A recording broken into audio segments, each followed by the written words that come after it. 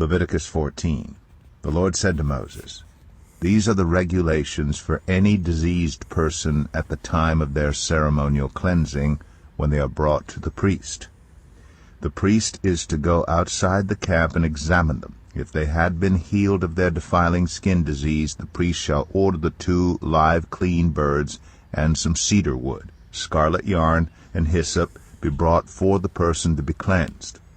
Then the priest shall order that one of the birds be killed over fresh water in a clay pot. He is then to take the live bird and dip it together with the cedar wood, the scarlet yarn, and the hyssop into the blood of the bird that was killed over the fresh water. 7 times he shall sprinkle the one to be cleansed of the defiling disease, and then pronounce them clean. After that he is to release the live bird in the open fields. The person to be cleansed must wash their clothes, shave off all their hair, and bathe with water. Then they will be ceremonially clean. After this they may come into the camp, but they must stay outside their tent for 7 days. On the 7th day they must shave off all their hair. They must shave their head, their beard, their eyebrows, and the rest of their hair. They must wash their clothes and bathe themselves with water, and they will be clean. On the 8th day they must bring 2 male lambs and 1 ewe lamb, a year old, each without defect, along with 3/10 of an ephah of the finest flour mixed with olive oil for a grain offering, and 1 log of oil. The priest who pronounces them clean shall present both the one to be cleansed and their offerings before the Lord at the entrance to the tent of meeting. Then the priest is to take 1 of the male lambs and offer it as a guilt offering, along with the log of oil. He shall wave them before the Lord as a wave offering. He is to slaughter the lamb in the sanctuary area where the sin offering and the burnt offering are slaughtered. Like the sin offering, the guilt offering belongs to the priest. It is most holy. The priest is to take some of the blood of the guilt offering and put it on the lobe of the right ear of the one to be cleansed, on the thumb of their right hand, and on the big toe of their right foot. The priest shall then take some of the log of oil, pour it on the palm of his own left hand, dip his right forefinger into the oil in his palm, and with his finger sprinkle some of it before the Lord 7 times. The priest is to put some of the oil remaining in his palm on the lobe of the right ear of the one to be cleansed, on the thumb of their right hand, and on the big toe of their right foot, on top of the blood of the guilt offering. The rest of the oil in his palm the priest shall put on the head of the one to be cleansed, and make atonement for them before the Lord. Then the priest is to sacrifice the sin offering and make atonement for the one to be cleansed from their uncleanness. After that the priest shall slaughter the burnt offering and offer it on the altar together with the grain offering, and make atonement for them, and they will be clean. If, however, they are poor and cannot afford these, they must take 1 male lamb as a guilt offering to be waved to make atonement for them, together with 1/10 of an ephah of the finest flour mixed with olive oil for a grain offering, a log of oil, and 2 doves or 2 young pigeons, such as they can afford, one for a sin offering and the other for a burnt offering. On the 8th day they must bring them for their cleansing to the priest at the entrance to the tent of meeting before the Lord. The priest is to take the lamb for the guilt offering, together with the log of oil, and wave them before the Lord as a wave offering. He shall slaughter the lamb for the guilt offering, and take some of its blood, and put it on the lobe of the right ear of the one to be cleansed, on the thumb of their right hand, and on the big toe of their right foot. The priest is to pour some of the oil into the palm of his own left hand, and with his right forefinger sprinkle some of the oil from his palm 7 times before the Lord.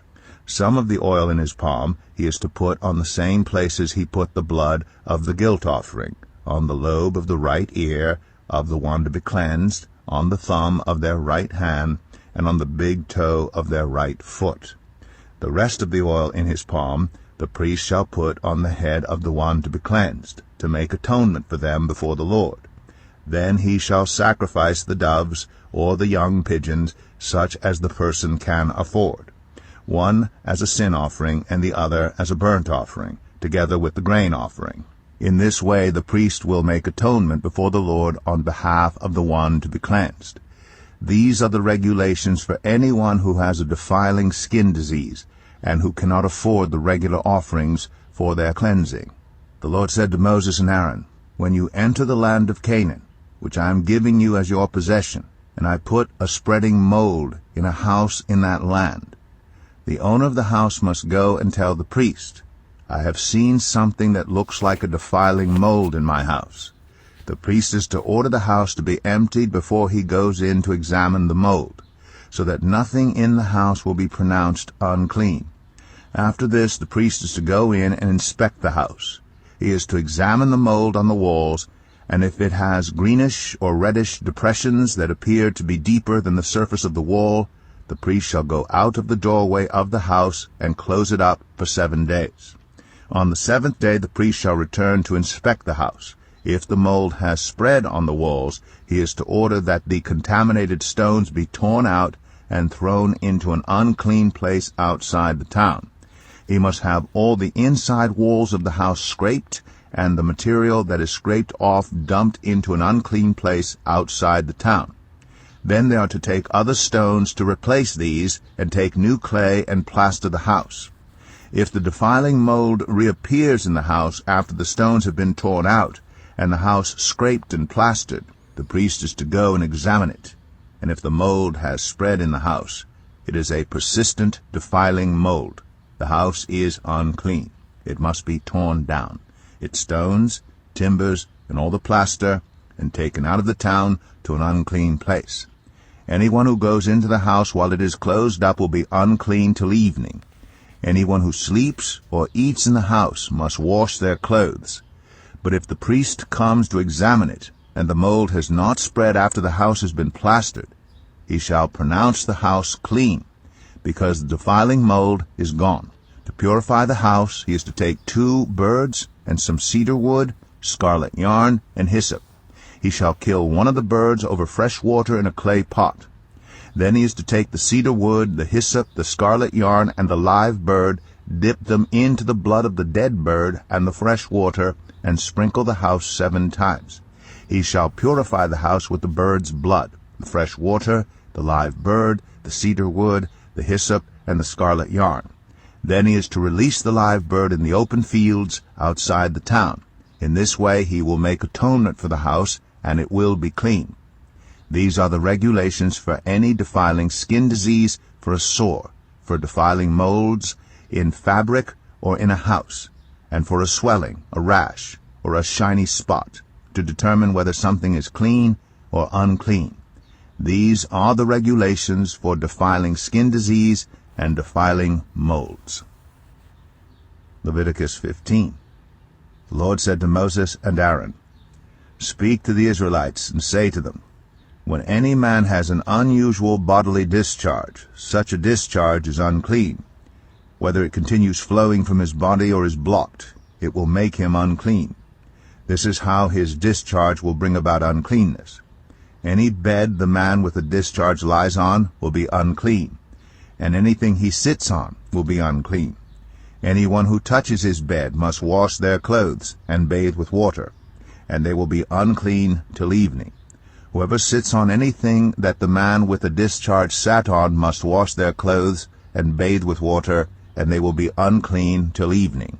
Whoever touches the man who has a discharge must wash their clothes and bathe with water, and they will be unclean till evening. If the man with the discharge spits on anyone who is clean, they must wash their clothes and bathe with water, and they will be unclean till evening. Everything the man sits on when riding will be unclean, and whoever touches any of the things that were under him will be unclean till evening. Whoever picks up those things must wash their clothes and bathe with water, and they will be unclean till evening. Anyone the man with the discharge touches, without rinsing his hands with water, must wash their clothes and bathe with water, and they will be unclean till evening. A clay pot that the man touches must be broken, and any wooden article is to be rinsed with water. When a man is cleansed from his discharge, he is to count off 7 days for his ceremonial cleansing. He must wash his clothes and bathe himself with fresh water, and he will be clean. On the 8th day he must take 2 doves or 2 young pigeons, and come before the Lord to the entrance to the tent of meeting, and give them to the priest. The priest is to sacrifice them, the one for a sin offering, and the other for a burnt offering. In this way he will make atonement before the Lord for the man because of his discharge. When a man has an emission of semen, he must bathe his whole body with water, and he will be unclean till evening. Any clothing or leather that has semen on it must be washed with water, and it will be unclean till evening. When a man has sexual relations with a woman, and there is an emission of semen, both of them must bathe with water, and they will be unclean till evening. When a woman has her regular flow of blood, the impurity of her monthly period will last 7 days, and anyone who touches her will be unclean till evening. Anything she lies on during her period will be unclean, and anything she sits on will be unclean. Anyone who touches her bed will be unclean. They must wash their clothes and bathe with water, and they will be unclean till evening. Anyone who touches anything she sits on will be unclean. They must wash their clothes and bathe with water, and they will be unclean till evening. Whether it is the bed or anything she was sitting on, when anyone touches it, they will be unclean till evening. If a man has sexual relations with her, and her monthly flow touches him, he will be unclean for 7 days. Any bed he lies on will be unclean. When a woman has a discharge of blood for many days at a time other than her monthly period, or has a discharge that continues beyond her period, she will be unclean as long as she has the discharge, just as in the days of her period. Any bed she lies on while her discharge continues will be unclean, as is her bed during her monthly period. And anything she sits on will be unclean as during her period. Anyone who touches them will be unclean. They must wash their clothes and bathe with water, and they will be unclean till evening. When she is cleansed from her discharge, she must count off 7 days, and after that she will be ceremonially clean. On the 8th day she must take 2 doves or 2 young pigeons, and bring them to the priest at the entrance to the tent of meeting. The priest is to sacrifice one for a sin offering, and the other for a burnt offering. In this way he will make atonement for her before the Lord for the uncleanness of her discharge. You must keep the Israelites separate from the things that make them unclean, so they will not die in their uncleanness for defiling my dwelling place which is among them. These are the regulations for a man with a discharge, for anyone made unclean by an emission of semen, for a woman in her monthly period, for a man or a woman with a discharge, and for a man who has sexual relations with a woman who is ceremonially unclean.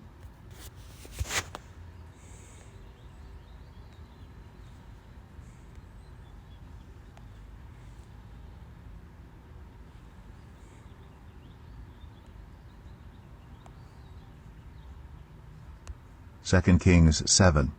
Elisha replied, Hear the word of the Lord. This is what the Lord says.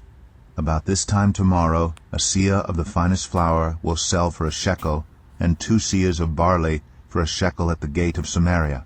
The officer on whose arm the king was leaning said to the man of God, Look, even if the Lord should open the floodgates of the heavens, could this happen?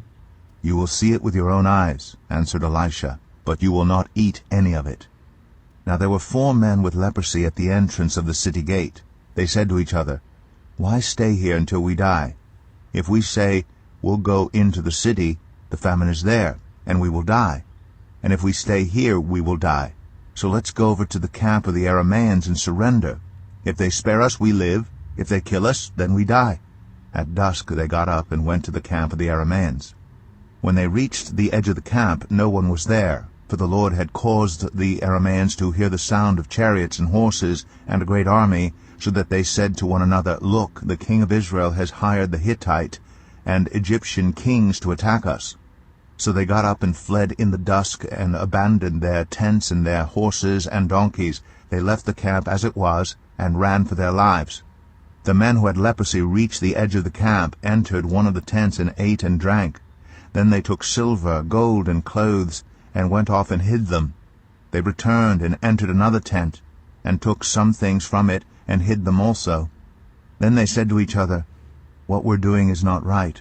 This is a day of good news, and we're keeping it to ourselves. If we wait until daylight, punishment will overtake us. Let's go at once and report this to the royal palace."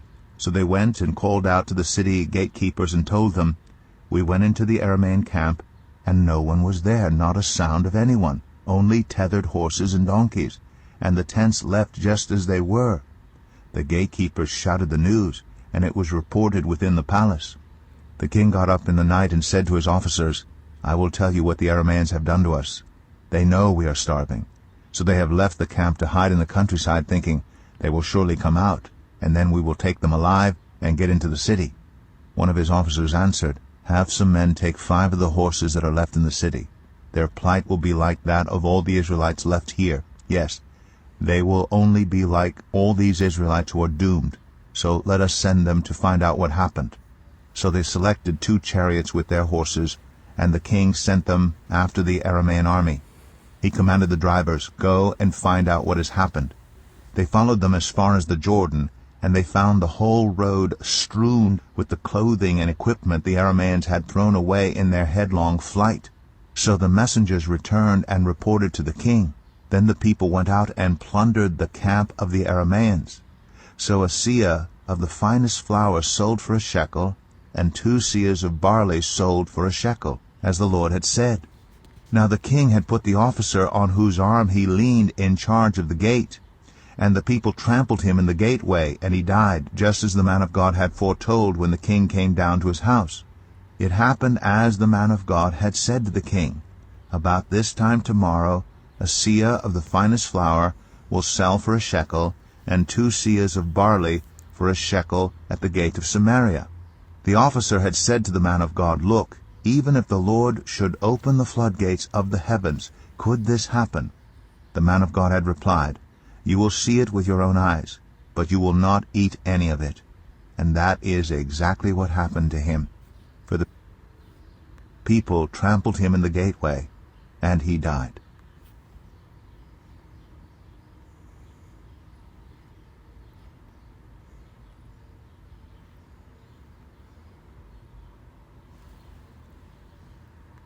Then Jesus said to the crowds and to his disciples, "The teachers of the law and the Pharisees sit in Moses' seat. So you must be careful to do everything they tell you, but do not do what they do. For they do not practice what they preach. They tie up heavy, cumbersome loads and put them on other people's shoulders, but they themselves are not willing to lift a finger to move them. Everything they do is done for people to see. They make their phylacteries wide and the tassels on their garments long. They love the place of honor at banquets and the most important seats in the synagogues. They love to be greeted with respect in the marketplaces and to be called rabbi by others. But you are not to be called rabbi, for you have one teacher, and you are all brothers. And do not call anyone on earth father, for you have one Father, and he is in heaven. Nor are you to be called instructors, for you have one instructor, the Messiah. The greatest among you will be your servant. For those who exalt themselves will be humbled, and those who humble themselves will be exalted. Woe to you, teachers of the law and Pharisees, you hypocrites! You shut the door of the kingdom of heaven in people's faces. You yourselves do not enter, nor will you let those enter who are trying to. Woe to you, teachers of the law and Pharisees, you hypocrites! You travel over land and sea to win a single convert, and when you have succeeded, you make them twice as much a child of hell as you are. Woe to you, blind guides! You say, if anyone swears by the temple, it means nothing. But anyone who swears by the gold of the temple is bound by that oath. You blind fools! Which is greater, the gold or the temple that makes the gold sacred? You also say, if anyone swears by the altar, it means nothing. But anyone who swears by the gift on the altar is bound by that oath. You blind men! Which is greater, the gift or the altar that makes the gift sacred? Therefore, anyone who swears by the altar swears by it and by everything on it. And anyone who swears by the temple swears by it and by the one who dwells in it. And anyone who swears by heaven swears by God's throne and by the one who sits on it. Woe to you, teachers of the law and Pharisees, you hypocrites! You give 1/10 of your spices, mint, dill, and cumin, but you have neglected the more important matters of the law, justice, mercy, and faithfulness. You should have practiced the latter without neglecting the former. You blind guides, you strain out a gnat but swallow a camel. Woe to you, teachers of the law and Pharisees, you hypocrites! You clean the outside of the cup and dish, but inside they are full of greed and self-indulgence. Blind Pharisee, first clean the inside of the cup and dish, then the outside also will be clean. Woe to you, teachers of the law and Pharisees, you hypocrites! You are like whitewashed tombs, which look beautiful on the outside, but on the inside are full of the bones of the dead and everything unclean. In the same way, on the outside you appear to people as righteous, but on the inside you are full of hypocrisy and wickedness. Woe to you, teachers of the law and Pharisees, you hypocrites! You build tombs for the prophets and decorate the graves of the righteous. And you say, if we had lived in the days of our ancestors, we would not have taken part with them in shedding the blood of the prophets. So you testify against yourselves that you are the descendants of those who murdered the prophets. Go ahead then and complete what your ancestors started. You snakes, you brood of vipers, how will you escape being condemned to hell? Therefore I am sending you prophets and sages and teachers. Some of them you will kill and crucify, others you will flog in your synagogues and pursue from town to town. And so upon you will come all the righteous blood that has been shed on earth, from the blood of righteous Abel to the blood of Zechariah, son of Berechiah, whom you murdered between the temple and the altar. Truly I tell you, all this will come on this generation. Jerusalem, Jerusalem, you who killed the prophets and stoned those sent to you. How often have I longed to gather your children together, as a hen gathers her chicks under her wings, and you were not willing. Look, your house is left to you desolate, for I tell you, you will not see me again until you say, Blessed is he who comes in the name of the Lord. Jesus left the temple and was walking away when his disciples came up to him to call his attention to its buildings. Do you see all these things? He asked. Truly I tell you, not one stone here will be left on another. Every one will be thrown down.